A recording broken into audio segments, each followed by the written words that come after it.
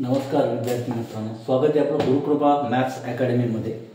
आजच्या या व्हिडिओमध्ये आपण पाहणार आहोत गणित भाग 1 व गणित भाग 2 यासाठी प्रश्नपत्रिकेचा आराखडा। एक्झॅक्ट प्रश्नपत्रिकेचं स्वरूप कसं असतं, प्रत्येक प्रश्न किती मार्काचा आहे, त्याच्यातले उपप्रश्न किती मार्काचे, त्यामध्ये बीट कोणत्या टाईपचा, या सगळ्या गोष्टींचा आपण अभ्यास करणार आहोत। पाहूया मग।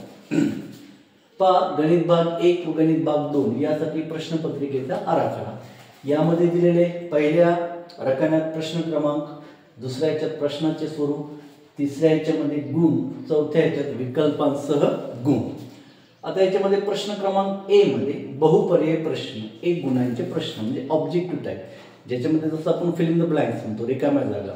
रिकाम्या जागामध्ये आपल्याला रिकाम्या जागा दिलेल्या असतील, त्याच्यात 4 पर्याय दिले असतात, 4 ऑब्जेक्टिव्ह दिले असतात आपल्याला, त्यापैकी एक जो करेक्ट ऑप्शन आहे तो आपल्याला तिथं फिल करायचा म्हणजे भरायचा आहे। दुसऱ्या याच्यामध्ये आहे 4 पैकी 4 उपप्रश्न सोडवा। एकदम छोटेसे गणित असतात, सोपे गणित जे 1 मार्काचे असतात। 4 पैकी 4 आपल्याला ते सॉल्व्ह करायचे, ते 1 गुणांचे प्रश्न आहे। प्रश्न दुसरा ए मध्ये 3 पैकी 2 कृती करा, हे 2 गुणांचे प्रश्न आहे। म्हणजे 3 पैकी 2 सॉल्व्ह करायचे, 2 गुणांचा आहे, विकल्पासह गुण आहे 6 आणि कंपल्सरी जे सोडवायचे ते आहेत आपले 2।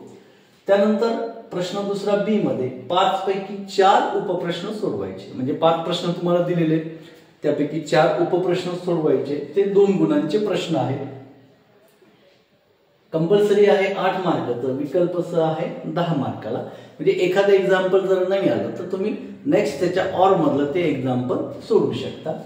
प्रश्न तिसरा ए आहे 2 पैकी 1 कृती करा, म्हणजे 2 प्रश्न दिले असतात, दोन्ही कृतीवर असतात, पण त्यापैकी 1 तुम्हाला करायचा आहे।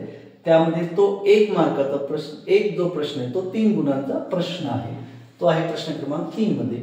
ए मध्ये 4 पैकी 2 उपप्रश्न सोडवायचे, म्हणजे तुम्हाला 4 पैकी 2 उपप्रश्न, या ठिकाणी पहा ते 4 प्रश्न कोणत्या चॅप्टरवर आधारित, आणि त्यापैकी तुमचे 4 चॅप्टरपैकी कोणते 2 चॅप्टर चांगले, त्याच्यावर जास्त फोकस करायचा आहे। ते आपण नेक्स्ट व्हिडिओमध्ये पाहू की आपल्याला कोणत्या चॅप्टरला किती मार्क आहे, त्यानंतर कोणता चॅप्टर तुम्हाला सोपा जातो तो कसा पक्का करायचा, त्याला ऑर मध्ये कसं आहे ते आपण तिथं कसं त्याला डेव्हलप करायचं ते आपण बघूया।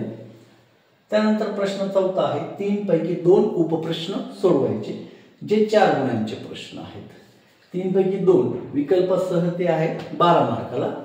त्यानंतर आहे प्रश्न 5वा 2 पैकी 1 उपप्रश्न आपल्याला सोडवायचा आहे, तो 3 गुणांचा प्रश्न आहे आणि विकल्पासह आहे 6।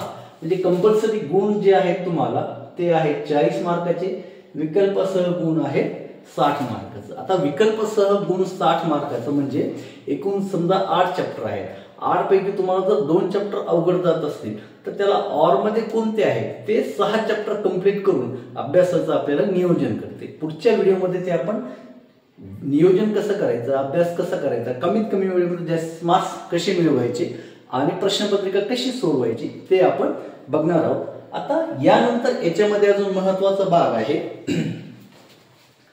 की गणित भाग 2 मध्ये, या गणित भाग 2 मध्ये जे आपण भाग 1 आणि भाग 2 पाहतोय, भाग 2 मध्ये प्रश्न क्रमांक 3B, हा प्रश्न 3B ला या ठिकाणी म्हटलेले की किमान 1 प्रमेयाचे विधान देऊन सिद्धता करावीची, म्हणजे सेमी इंग्लिशच्या मुलांसाठी आपल्याला प्रूव्ह दॅट थेरम आपल्याला प्रूव्ह करायचा आहे। मराठी माध्यमाच्या विद्यार्थ्यांसाठी एका प्रमेयाचे विधान देऊन सिद्धता लिहायची, जसं पक्ष, साध्य, सिद्धता सेम इंग्लिश मध्ये आहे, प्रूव्ह दॅट आपल्याला करायचं आहे। त्यानंतर प्रश्न क्रमांक 4 मधील उपप्रश्न आणि प्रश्न 5 मधील उपप्रश्न, प्रश्न 4 आणि प्रश्न 5 मधील जे उपप्रश्न आहेत हे अभ्यासक्रमामधलेच आहेत, परंतु याला पाठ्यपुस्तकाबाहेरचे व आव्हानात्मक प्रश्न असतील, ते सिलेबसवर आधारितच असतील, पण पाठ्यपुस्तकाच्या बाहेरचे त्याच स्वरूपाचे तुम्हाला विचारले जातील। त्यानंतर प्रश्न क्रमांक 5 मधील उपप्रश्न हे पाठ्यपुस्तकाबाहेरील अभ्यासक्रमावर आधारित परंतु सर्जनात्मक म्हणजे क्रिएटिव्ह असतील, म्हणजे काही क्रिएटिव्ह तुम्हाला विचारले जातील, ज्याच्यामध्ये सिलेबसवर आधारितच विचारलं जाणार, परंतु आपल्या पुस्तकामधलं न देता सिलेबसच्या बाहेरचं, म्हणजे ज्याच्यामध्ये त्याच टाईपचं आपल्याला तुम्हाला दिलं जाईल। त्यामध्ये पहा उदाहरणार्थ कशा टाईपचे असे प्रश्न असू शकतात की जे सिलेबसवर आधारित आहे परंतु पाठ्यपुस्तकाबाहेरील प्रश्न असतात. जसं क्रमांक 1 स्वमत, कमेंट ऑन और ओपिनियन. कमेंट ऑन म्हणजे तुम्हाला कशावर तरी भाष्य करायचे, कमेंट करायचे. ओपिनियन म्हणजे तुमचं मत तुम्हाला त्या ठिकाणी मांडायचं. हा एक टाईपचा. दुसरा दिलेल्या माहितीवरून आकृती काढणे म्हणजे तुम्हाला जी इन्फॉर्मेशन दिली जाईल, जी माहिती दिली जाईल त्याच्यावरून तुम्हाला डायग्राम म्हणजे आकृती त्या ठिकाणी काढायची. खूप सोपं असतं ते. तिसरं अपूर्ण रचना व फ्लो चार्ट पूर्ण करणे म्हणजे तुम्हाला कन्स्ट्रक्शन काही अपूर्ण रचना दिलेली असेल त्याच्यामध्ये ते तुम्हाला कंप्लीट करायचे. फ्लो चार्ट दिला असेल तो फ्लो चार्ट तुम्हाला त्या सूत्राच्या किंवा माहितीच्या आधारे तो पूर्ण करायचा आहे. चौथा आहे दिलेली माहिती व प्रसंगावरून उदाहरण तयार करायची.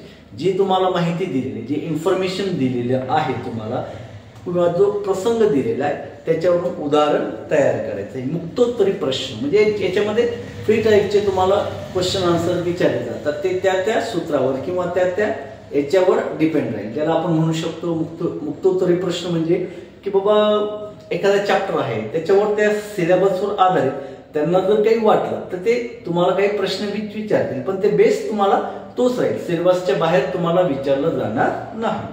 पाचवा आहे अंदाज व निकटीकरण ज्याला एस्टिमेशन अँड अप्रॉक्सिमेशन म्हणतात. म्हणजे एक तुम्हाला अंदाज बांधायचा आहे आणि निकटीकरण म्हणजे तुम्हाला अप्रॉक्सिमेटली तुम्हाला ते आन्सर द्यायचं आहे. त्याला म्हणतात अंदाज व निकटीकरण. इंग्लिशमध्ये म्हणतात त्याला एस्टिमेशन अँड अप्रॉक्सिमेशन. त्यानंतर शेवटचा याच्यामध्ये विचारला जाऊ शकतो प्रश्न 4 आणि प्रश्न 5 मध्ये उपप्रश्नात उतारा देऊन त्यावरील गणिती माहितीवरील प्रश्न देणे, प्रश्नाची उत्तरं देणे. जसं इंग्लिशमध्ये पाहतो आपण सीन पॅसेज, अनसीन पॅसेज असतात. त्या पॅसेजवरून आपल्याला उत्तर द्यायचे असतात. त्यांनी प्रश्न दिले असतात त्या प्रश्नाचे आपल्याला उत्तर द्यायचे असतात. सेम अगदी या गणितामध्ये उतारा दिला जाईल आणि त्या उतार्यावरून तुम्हाला गणितीय प्रश्न विचारले जातील आणि त्याचं उत्तर तुम्हाला त्या उतार्यामध्ये पाहून लिहायचं आहे. आज आपण पाहिले गणित भाग 1 व गणित भाग 2 यासाठी प्रश्नपत्रिकेचा आराखडा. या जर आराखड्यानुसार कोणता प्रश्न कोणत्या याला विचारला जातो किंवा कोणत्या चॅप्टर मध्ये या ठिकाणी आपल्याला कसं विचारलं जातं ते पुढच्या व्हिडिओमध्ये पाहू. पण जर आपल्याला प्रश्नपत्रिकेचे स्वरूप जर कळालं या ठिकाणी तर आपल्याला अभ्यास करायला सोपं जातं. जर नियोजन पद्धतीने अभ्यास केला व्यवस्थित तर आपल्याला मॅथ्स मध्ये भाग 1 असो भाग 2 असो आपल्याला पैकीचे पैकी मार्क्स घ्यायला काहीही अवघड नाही. नेक्स्ट व्हिडिओमध्ये आपण याचं नियोजन कसं करायचंय, त्याच्यानंतर गणितामध्ये कमीत कमी वेळेमध्ये जास्तीत जास्त मार्क कशी मिळवायचे आणि प्रश्नपत्रिका कशी सोडवायची ते आपण पाहूया. आजचा जर व्हिडिओ आवडला असेल तर जास्तीत जास्त चॅनलला सबस्क्राईब करा, लाईक करा आणि भरपूर विद्यार्थ्यांना शेअर करा जेणेकरून जास्तीत जास्त मराठी माध्यम सेमी इंग्लिश माध्यमाच्या विद्यार्थ्यांपर्यंत हा व्हिडिओ पोहोचला पाहिजे. आणि तुम्ही जर बेल आयकॉनला नोटिफिकेशनसाठी जर बेल आयकॉनला क्लिक केलं तर तुम्हाला नोटिफिकेशन प्रथम मिळेल आणि तुम्हाला हा व्हिडिओ लगेच पाहायला मिळेल. पुढच्या व्हिडिओपर्यंत तुम्ही जे पाठीमागचे जे व्हिडिओ दिलेले आहेत त्याचा थोडासा चांगला अभ्यास करा, सराव करा. परत मी एकदा सांगेन नुसतं व्हिडिओ म्हणून आपल्याला स्टॉप नाही व्हायचं. या टाईपच्या प्रश्नांची प्रॅक्टिस चांगल्या प्रकारे करायची आणि आपल्याला जास्तीत जास्त चांगले मार्क्स मिळवायचे. या ठिकाणी आपण थांबूया. पुढच्या व्हिडिओमध्ये प्रश्नपत्रिका कशी सोडवायची, त्यानंतर त्याचं स्वरूप कशा प्रकारे असणार आणि अभ्यास कसं नियोजन करायचं ते आपण बघूया. नमस्कार.